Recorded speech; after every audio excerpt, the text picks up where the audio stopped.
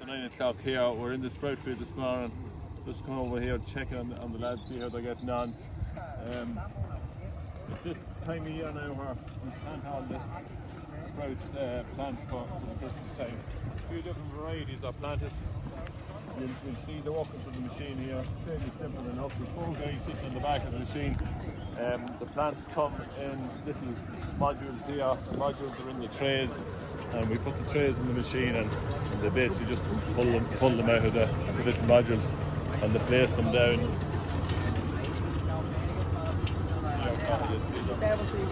You place them into the carousel there. This is Carl here, he's on the video here this morning with us. 4 people, the carousel spins, plants drop down, and we plant them. They're about 1.5 foot apart there. There will be different settings, different spaces for time of year. So the earlier ones would have been further apart because they come in quicker. So basically the further apart you plant them, the bigger they should get. This field has all been GPS. If you look up, you'll see it's as straight as it can be. It would have been rotivated maybe 3 times, ploughed, rotivated 3 times. Soil needs to be fairly free. It allows the root to go directly straight down, because the sprout plant grows actually quite tall. It might grow up to maybe that height, so it's essential that we get a good structure into the root of the plant, and it needs to have very good soil. We're in a field here. These 2 fields here, there's 40 acres in these 2 fields, and that will maybe produce over 200 tonne of sprouts, roughly about 5 tonne an acre. Can be a little bit more depending on the growing season. The ones that are in already, you'll see them here. They've been planted last week. When the plants come, they're full of moisture, they're nice and green. When you put them into the ground, then there's a banger after going out. You put them into the ground, they will kind of weather a little bit for a while. But they will green up. This field now, depending on what weather we're going to get, but we're set up for irrigation. We have a river down the far side of the field, and we'll get the pipes and that all set up, so we'll be in a situation where we can irrigate if we have to. Obviously, depending on the weather what comes, but Thomas here, he's in the 6930, so we're live in 6930 Yahoo power, great for this job. You can see him in here. Comes in there, stops in there. Keeps the cab nice and clean. Okay. So what variety are we doing today, Tom? Doing Gladius. Gladius. And what speed are you doing there?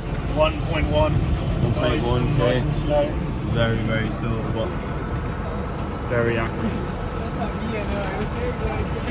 Hello, my name is Cottle Finnegan, and I am a son of Paul.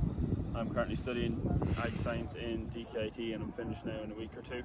I'm just going to talk a bit about the GPS on the plant. So as you can see, the rows are all straight. That's working efficiently. There's no gaps in between. You're not wasting any land. All the ridges are spaced out evenly. Then in relation to your plants, every plant is the same distance apart. That's so that they don't compete for soil moisture, soil nutrients, space, sunlight. Then when they grow big, they're not in each other's way. It also stops the growth of weeds in between, because they grow beside each other and block out sunlight for the weeds. So Carl, the plant will grow quite tall, won't it? Yeah, the plant will grow to about here. When we harvest, when you see it, then we'll be sitting in a seat and we'll be picking them, pushing them through a machine, taking the sprouts off it, and the stalk will go out the other end. So it isn't possible. They need to be straight then, really. Do they need to be very straight? Yeah, because the harvester comes down the same floor that the planter is planting, so they need to be able to take the same distance from each section we're sitting in. Right, so we see the planter here, so it's doing these 4 here. It's doing these 4 drills, so when we come along to harvest time, that will be the same 4, won't it? The harvester will come down these 4, exactly, yeah. So okay. They all need to be the same height, because if you're picking small plants and they're lying over, you'll end up losing plants as you go along, because each plant also needs to be the same distance, because you set your speed on the harvester. So you need the same rhythm going through. If you have a big gap and then hit quick ones, you'll just lose plants, and there's no point growing them, and you're just going to lose your yield as well. Okay. Alright, so this machine, it's Cecchi e Magli. It's actually an Italian machine that we purchased there 2 years ago. So this is actually, it's third year on the sprouts. The machine we had before, it was good enough, but it just gave a little bits of problems. And when you want to go plant the sprouts, you need to be planting the sprouts. You can't be having time to be fixing machines around like that. So we decided we go for this machine, and it has been a good investment. The tractor is 6930 on the hour power. It's a tractor actually we bought this year, and we bought it in mind for doing these kind of jobs, because you can obviously vary your speed on it, and it's a nice all-round tractor. Sits into the drills there. We had the wheels and everything forward, so we just pop the wheels on and throw it into this, and it'll work away. Now it'll do other jobs as well. Those wheels later on at some stage we might have to hill them up. So basically what you're going to do is you might raise them back up, and that tractor will do that. We have a machine to do that. It'll just pull the ridges back up a little bit, so just puts a little bit more coverage around the plant. It'll give the plant a little bit more structure as well, so that the root will go deep and get a good strong firm hold in the ground. So that tractor will do that later on. We'll show you as we go along in the planting season what happens, but this is the start of it here.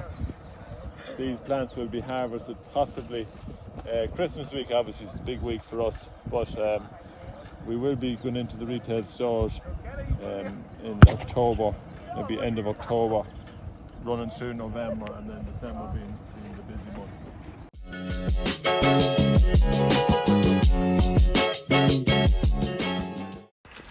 Just a continuation on from the sprout video there the last day. As you can see, there's a lot more sprouts planted in the field there now. I just came over to have a look at Alan Clark, who's ploughing the last bit of land we have. There's 300 Optimum with the ripper, and the 6930 which you've seen the last day with the planter. So I'll just walk over to Alan here now.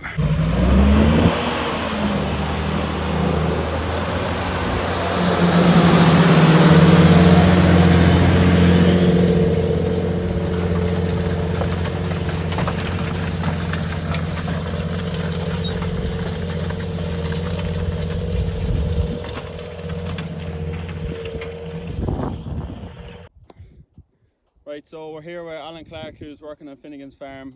He's the main plough operator here.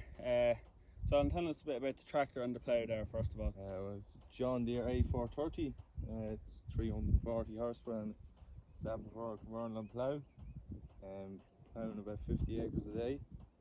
We're just in the last bit of ground now, ploughing sprout ground. Yeah, so to plough the sprouts then you have to go a bit deeper, isn't it? Yeah, about 12 inches. 12 inches, not so bad. So Alan, how many acres have you ploughed, say, this side of Christmas so far? There's about 1,200 acres ploughed. There's about 800 acres of corn ploughed, and then there's about 400 acres of potato ground ploughed. That's not just me, there's another tractor and ploughing it with me. What's that tractor and what does it have? It's an A410 and a 7-4 plough as well. Yeah, we're ploughing about 100 acres a day. So just a continuation on there from what Alan was saying, the ground ahead of him has been ripped previous to ploughing. This is just to eliminate any soil pans there is in the ground, and the legs of the Mashio ripper that we have on the Optimum 300 just gets down deeper than the plough and rips up the ground to allow more air and water filtration through the soil. It also allows the roots of the Brussels sprout crop to grow deep and create a good structure for the plant to let it stand high and tall and get optimally out of the crop. So that's all I have here for today. So keep you updated on the next videos. Thanks a million.